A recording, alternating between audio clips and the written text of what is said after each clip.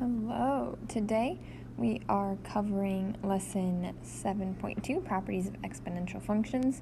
You guys will be able to explore the properties of exponential function in the form y equals a times b to the x and graph exponential functions that have base e. So we have our exponential growth model. We already have marked previously what each of these things mean, but there's vocab terms that go with them. Notice this equation is actually the same as this equation at the top right. 1 plus r and b are actually the same thing. b is equal to 1 plus r. Now, r and b, just normal r by itself, and b, the whole 1 plus r term, have vocab terms that go with them. So if you are ever asked for the rate of increase, or it can also be called the growth rate, or annual percent increase, if you turn it back into a percent versus a decimal, that stands for R. We can also have decay though, so it also could be called the rate of decay. Notice rate is in most of these, okay? If we are talking about the whole term b, so that is 1 plus r, this is known as the growth factor or the decay factor, okay? So, from 1997 to 2002, the number in millions of DVD players sold in the U.S. can be modeled by this equation, n equals 0.42 times 2.47 to the t, where t is the number of years since 1997. So this first one we want to figure out the initial amount, and the initial amount is going to be this a term, 0.42. Now remember, this is in millions, so 0.5 million is actually half a million. So this is a little under half of a million. The growth factor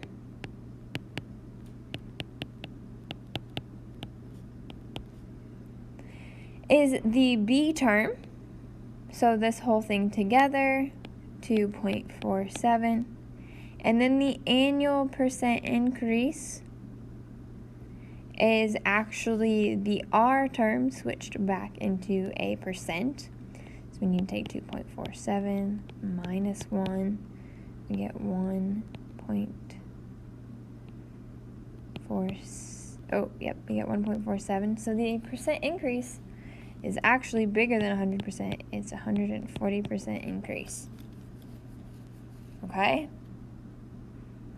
Now, to find the number of DVD players sold in 2001, we need to figure out how many years since 1997 that is. Now, these can be kind of confusing to me too. I'm going to say 98 was since 97, that's 1 year. 2 years, 3 years, 4 years. So 01 is 4 years since 1997. Meaning for the t term in our equation,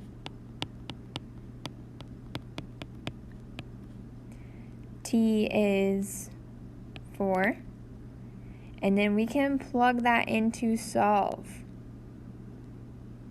Now, it seems kind of weird because we end up getting that n is equal to 15.63. Now, obviously, they didn't just sell 15 DVDs in 2001. Is actually 15 million. So in 97 they sold 0.42 million.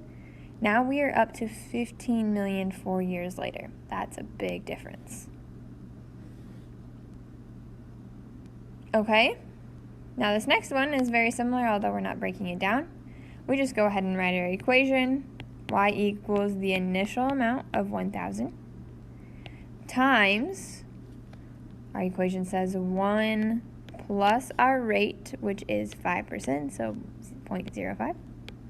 And for how much money will the account be at the end of 6 years, we put a 6 for t time.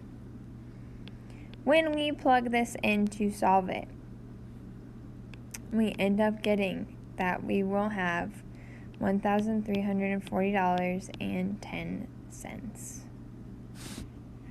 So in interest, if you want just the amount, so this is all,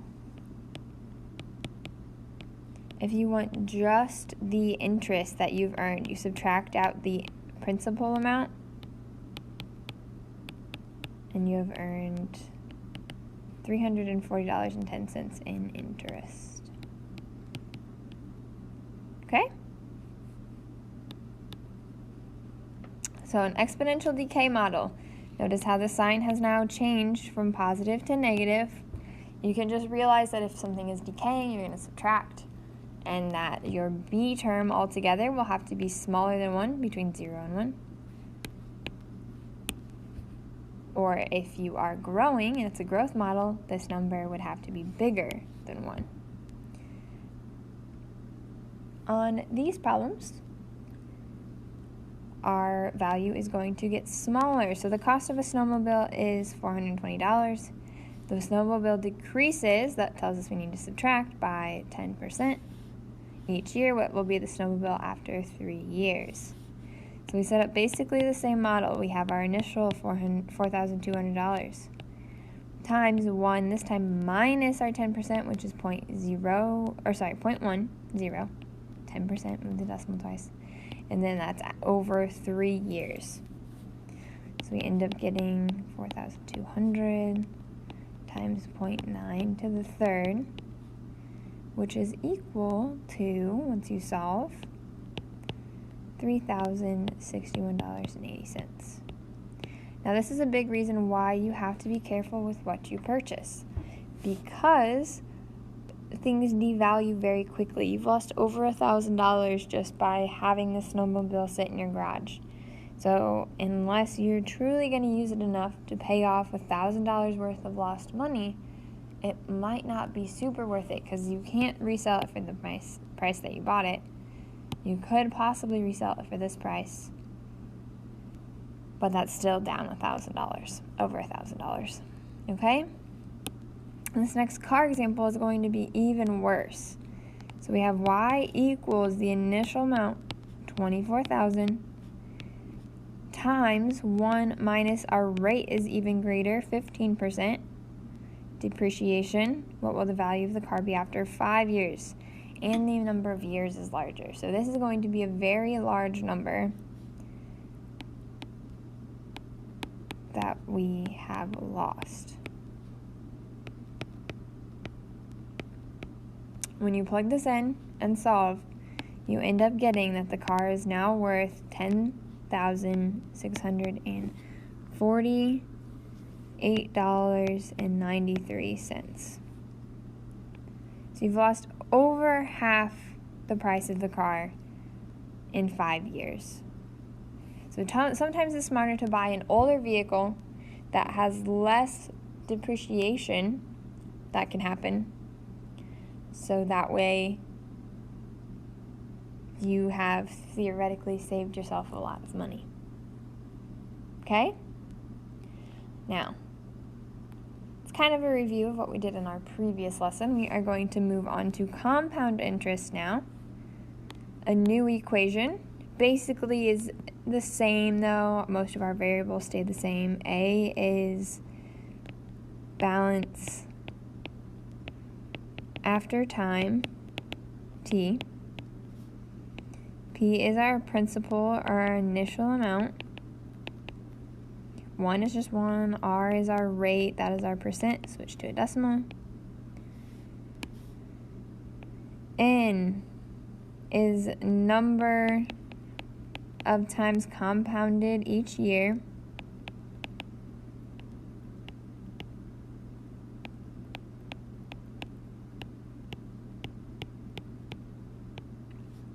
And T is years.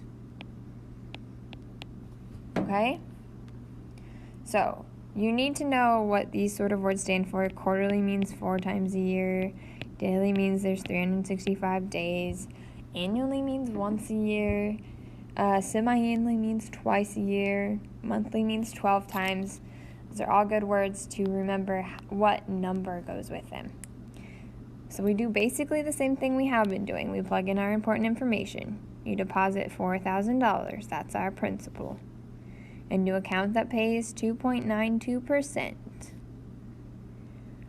Find the balance after 1 year. That's your T time. If the interest is compounded with the given frequency, so 4 is going to be our N. That's the number of times per year.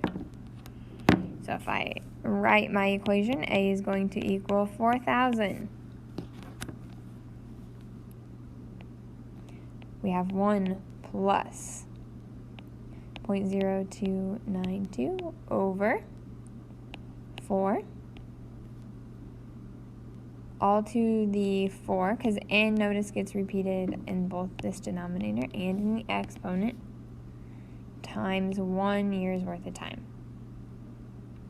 Now, if you're going to try to use your smartphone to solve this, and you just plug it in as is, it will probably give you the wrong answer.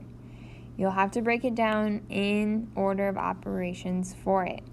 So, doing this division would be step number 1. Adding would be step number 2. Multiplying by,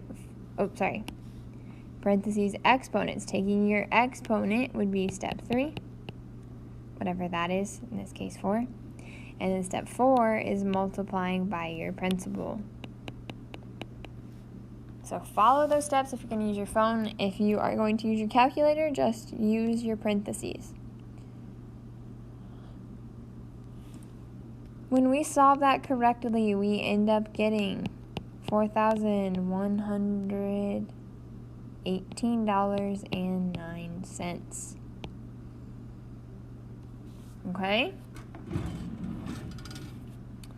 Now, this next one, it's basically the same problem, except this time we have our daily compounding. So we have basically the same thing. A is equal to $4,000 in principal times 1 plus 292 divided by 365, all to the 365 times 1 year. Okay, so you'd think with a 365 this would be a lot bigger, but you will see in just a minute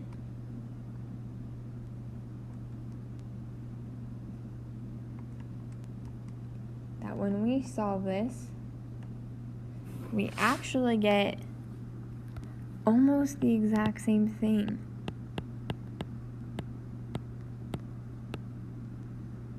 Because this is being divided by 4, this is being divided by 360, they kind of, I wouldn't say cancel each other out, but become more similar in answer because of that. Okay, now question 2. You deposit $2,200 into an account. Find the balance after 4 years for each of the situations described below. So our principal is the same, the number of years the same, but how many times it's compounded and the interest rate is different. So A is equal to 2,200 times 1 plus 3% is 0.03 divided by compounded semi-annually is twice per year. So then you have 4 times 2 is your exponent. Okay? When you solve this, plug it into your calculator, you end up getting $2,478.28 is your total amount. So you made just over, almost $300, I should say. What happens if we compound it more often, but the interest rate is a little lower?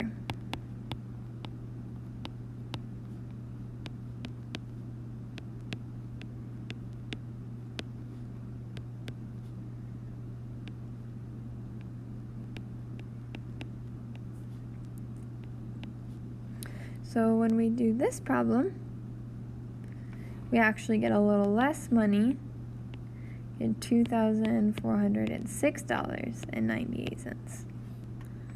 So you're down about $70 thereabouts. Okay? So that's compound interest. The only thing that varies from this equation and this equation, well, is some of the way our variables is written, but mostly this is just compounded once a year, while this has a specific amount of compound times which we take into account within.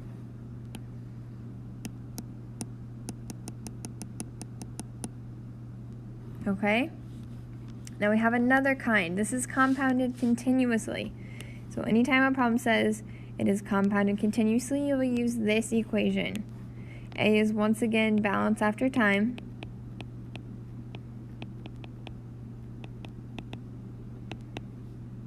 P is our principal. E is actually just a number. It's about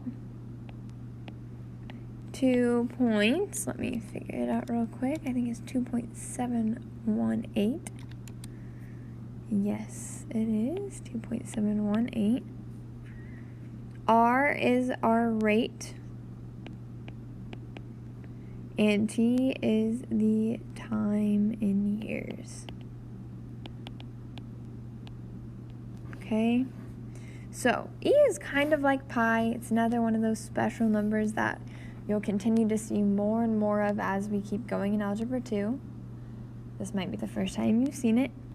That's okie dokie. We can just use it without knowing much about it to plug in information to our equation. So A equals our initial amount. Oops, we don't need a dollar sign in our equation. 4,000 times E, the rate into account that pays 6% interest compounded continuously. That's how we know how to use this equation. Compounding continuously. What is the balance after 1 year? So the rate is 0.06 times 1.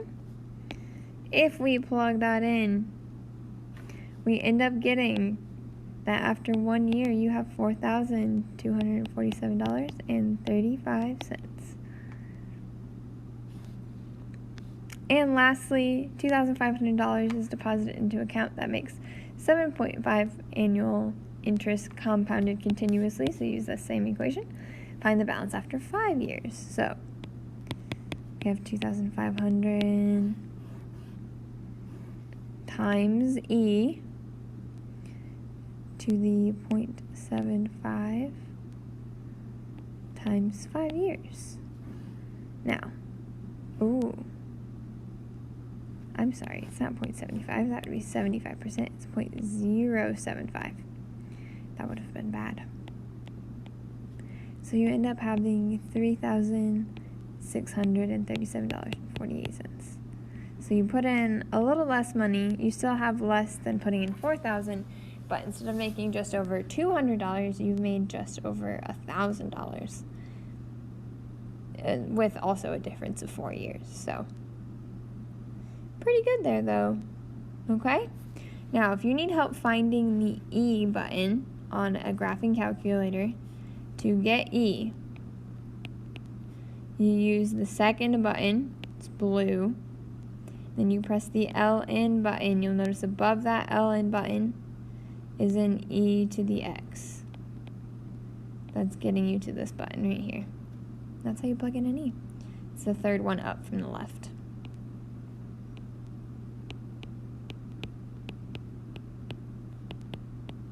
Okay? That's all for today. Have a great day.